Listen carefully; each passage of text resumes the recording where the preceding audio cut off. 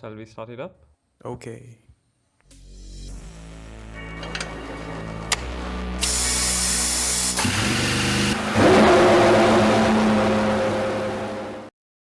Hi, welcome back to another episode on Racepod. Please make sure to subscribe if you have not subscribed and click on the bell icon. So today we are going to talk about the legendary Ayrton Senna. Ayrton Senna was born on the 21st of March 1960 in Brazil. He started karting at the age of 4. He started his Formula One career at the age of 24 in 1984 in a Toleman. Ayrton Senna tested for Formula One teams Williams, McLaren, Brabham, and Toleman. During his test for Williams at Donington Park, Senna completed 40 laps and was quicker than the other drivers, including Keke Rosberg, proving that he was the best. Senna joined Toleman in 1984. At Toleman, Senna's best race of the season was the Monaco Grand Prix. It was a wet race where he qualified 13th. In the race, he overtook Niki Lauda to be second, but the race was stopped before he could overtake Alain Prost. This was his first podium. And later on in that season, Ayrton Senna was on the podium at the British Grand Prix and in the Portuguese Grand Prix. Senna was fired by Toleman for signing with Lotus without informing Toleman, so he couldn't participate in some other races of that season. Senna joined Lotus in 1985 when Lotus was using Renault engines. He took his first pole position in Portugal. This is also the first race he won, which took place in very wet conditions. He managed to maintain a gap of over a minute to the driver behind him, who was Michele Alboreto. He was also able to lap every car in that race up to third place. This race was the first Grand Slam of Senna's career. His second win was at Spa in wet, dry conditions. He also got 2 more podiums in the Netherlands and Italy. In 1986, Senna won the Spanish Grand Prix and had 8 pole positions and 6 podium finishes. In 1987, Lotus switched from Renault to Honda engines and got a new livery as well. Senna was on the podium at Imola. He also crashed with Nigel Mansell at Spa, after which was a small dispute between the drivers and the two teams. Senna also scored his first win at Monaco that year, and he went on to win the Detroit GP as well. And now on to Senna's glory years. Over to you, Kehan. Yes, glory years of Senna would be in the team McLaren, historic team. And that year in '88 was where the car was the McLaren MP4-4, which won 15 of the 16 races, making it the most dominant F1 car to date, and also probably one of the most iconic and most recognizable cars of all time as well. The car had a 1.6-liter V6 twin turbo engine, and its drivers were obviously Ayrton Senna and his teammate, later turned rival, Alain Prost. So about some races in '88, the first one would be in the 1988 Monaco Grand Prix, where Ayrton actually lapped everyone until third position and actually was 55.114 seconds in front of his teammate Alain Prost. But unfortunately, he crashed because of a momentary lapse of concentration, according to him, and he was so devastated with it. He dismounted his car and he went back to his apartment, and he did not come back to the grid until the race was over. So it is said that he was told to slow down because he was so much in the lead, and it was the team told him slow down because he was pushing too hard. And then also 1988 Suzuka in Japan, the Japanese Grand Prix. It was a crucial race because it was the championship deciding race. Senna was on pole position, but he had a very bad start and he stalled and he fell down to 14th position. I mean, obviously, when people fall down to 14th position from pole, people actually lose hope that he will win the race, but not in Ayrton Senna's case. He fought back very hard and he actually won. He took lead and he won the race, and he became world driver champion in 1988.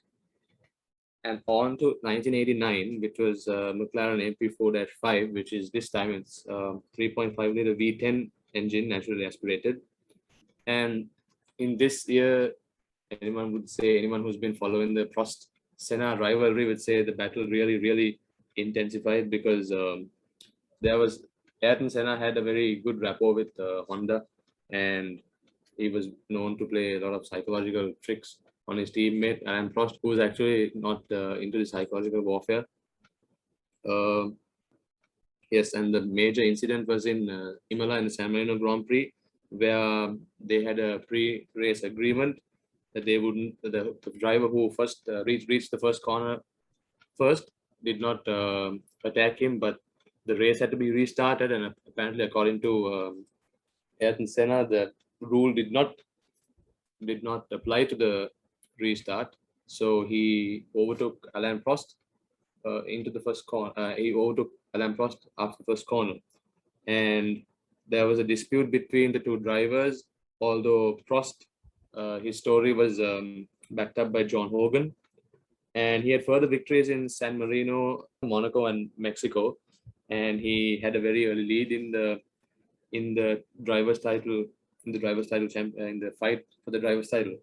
And as the season progressed, he won in Germany, Belgium, and Spain. Although after the season turned in Alain Prost's favor when Senna actually failed to finish in some races, including a very painful home race at Interlagos. So losing at his home race in Interlagos meant that it was absolutely essential that he won the Suzuka Grand Prix in Japan to become the world champion.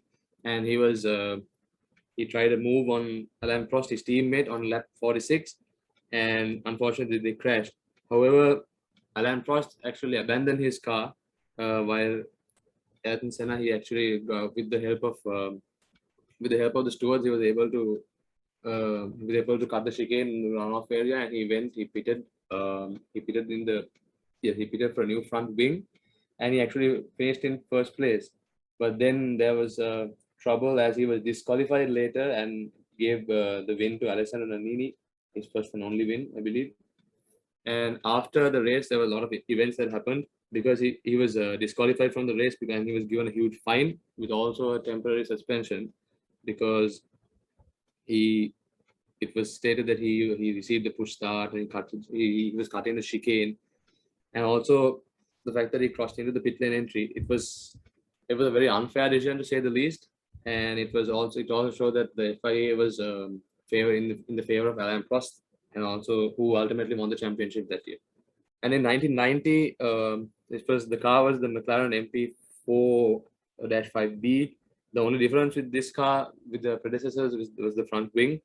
Alain Prost was no longer Ayrton Senna's teammate because he had relinquished his position at McLaren. He went for a seat at Ferrari, and in place of Alain Prost, Gerhard Berger became his teammate, and they actually forged a very good friendship with Gerhard Berger and Ayrton Senna actually playing pranks on each other. And then there was also another problem again at the Japanese Grand Prix in Suzuka when Ayrton Senna actually got pole position, but the FIA president Jean-Marie, he switched pole position on the grid and was opposing the racing line, and obviously Senna was not happy with it, and it was also a decision in favor of Ferrari's Alain Prost. So he was furious, and Senna was furious. He tried to overturn the decision, but no one did take any action on that. So Senna, in the first turn, actually, Senna and Prost crashed while they were traveling at 270 kilometers an hour. So yes, and Ayrton Senna actually finished first in the drivers' championship points. He was the champion that year, 1990, and it is said that before the race, that very race the Japanese Grand Prix, he had said that today it has to happen his way, and in quote, today has to be in my way. I don't care what happens, it has to be my way. So it showed another side of Ayrton and his fierce and ruthless competitiveness. In 1991, Senna clinched his last Drivers' World Championship, while also it was the last for McLaren Honda-powered MP4-6 3.5-liter V12 mated with a H-pattern gearbox. The highlight of the year was Interlagos, where he has never won in his home Grand Prix. With rival Nigel Mansell retired from the race, it wasn't an easy win for Senna as he was stuck in 6th gear with Riccardo Patrese rapidly closing in. Eventually, Senna would win the race, beating Patrese by 2 seconds. In 1992, the McLaren couldn't beat the technically advanced Williams FW14B, and Senna would eventually finish fourth in the championship behind Schumacher. An interesting event happened in the Belgian Grand Prix where Senna saved Eric Koeman's life when Koeman crashed in qualifying, which left his foot stuck on the throttle, and Senna turned off the engine. At the end of the season, Senna was so frustrated that he started testing the IndyCar for Penske. In 1993, Honda withdrew from Formula One due to economic crisis, leaving McLaren to be powered by a Ford 3.5-liter V8 engine. The world witnessed the lap of the gods in the European Grand Prix, where Ayrton Senna overtook both the drivers in Williams, Alain Prost and Damon Hill, and Michael Schumacher in Benetton under lap one. He also won his home Grand Prix and took his final win in Adelaide for both McLaren and himself. They both would end up in the runners-up in World Drivers and World Constructors Championship. Starting 1994, Senna signed with Williams Racing, leaving McLaren. The Williams racing car was banned off of its technology problems, so the car was undrivable at that point. Senna didn't get any points in this season, although with his sheer driving skills, he gained 2 pole positions. That was in Brazil and the Pacific Grand Prix. Senna knew he had to win the San Marino Grand Prix in order to stop Michael Schumacher in his Benetton getting away with the Drivers' Championship. So the San Marino Grand Prix weekend came in, and Williams Racing was testing the FW16 in a qualifying session, where Senna's teammate Rubens Barrichello crashed when his car became airborne at the Variante Bassa chicane and hit the tire wall. Barrichello reported that Senna was the first person he saw upon regaining his consciousness. During Saturday qualifying, the Austrian rookie Roland Ratzenberger was killed at 310 kilometers per hour while he was driving in his car. Senna saw this and he was pretty traumatized, and he immediately went to the accident scene. At the accident scene, he met the FIA chief professor, medical officer Sid Watkins, who was very close to Senna. Sid told Senna that he should retire from racing and take up fishing instead of racing. But then Senna didn't want to do so. Senna said that he can't do it, and that he has to keep on racing. So the race day came. It was the 1st of May in 1994. A very dark day in all of F1's history. So that Sunday morning, apparently Senna was speaking with his former rival and teammate, who was at the time retired, Alain Prost. They were speaking about how the FIA should improve the safety of Formula One. So the Grand Prix started and Ayrton Senna was on pole. As soon as the race started, there was a crash at the grandstand, where a couple of people in the audience were injured. Then came the safety car, which was an Opel Vectra. It was pretty slow, so the squad was following the safety car. Ayrton Senna moved up to the side of the safety car and signaled the safety car driver to drive a bit faster since it was too slow, and the tires were cooling down in their cars.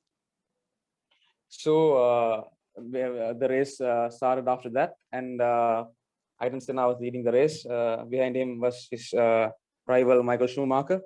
And so at the Tamburello corner, Ayrton Senna lost control of his Williams and he crashed.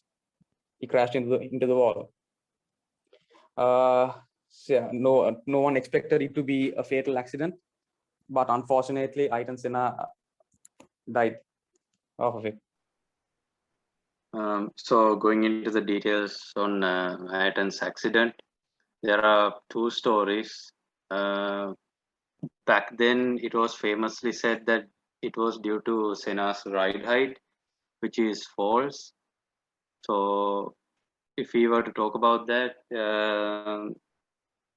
as Tarusha mentioned, there was a accident in the first lap where the safety car was brought out, and due to this, the tire pressures were they were cooled, so this contracted the tires, lowering the cars.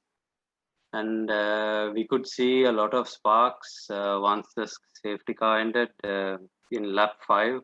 There was a lot of sparking under Ayrton's car during lap 6, but we didn't see much on lap 7 as the tires were up to temperature, which then again lifted the car. It was said that Ayrton was driving too fast and he had to counter the steering when he came across the Tamburello corner, but telemetry data says otherwise.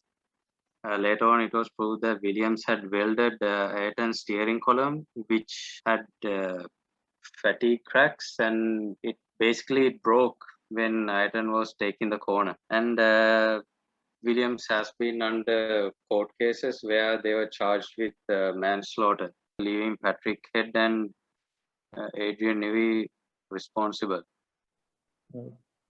It was one of the darkest days in all of F1's history. However, when the crash happened, people and the racers, no one knew that Ayrton was dead. So they went on with the race after Ayrton's car and everything was cleared off the track. So Michael Schumacher went on to win that race. And later on, Michael Schumacher became the champion of that season. Michael Schumacher's idol was Ayrton Senna. And Michael Schumacher dedicated his championship to Ayrton Senna. Senna played a big role in the development of the Honda NSX. He helped refine the whole double wishbone suspension of the NSX, and he managed to put in a perfect looking lap at the Suzuka circuit, wearing moccasins. And not just the NSX, but McLaren also produced a vehicle in honor of the great Senna, and it was called McLaren Senna, and only 500 of these were made. So this is the story of the greatest racing driver of all time, Ayrton Senna. Anyway, that's it for today. Thanks for watching. This is Racepod by Ntronic Automotive. You should know that by being a racing driver, you are under risk all the time. And by being a racing driver means you are racing with other people. And if you no longer go for a gap that exists, you're no longer a racing driver, because we are competing. We are competing to win. And the main motivation to all of us is to compete for a victory.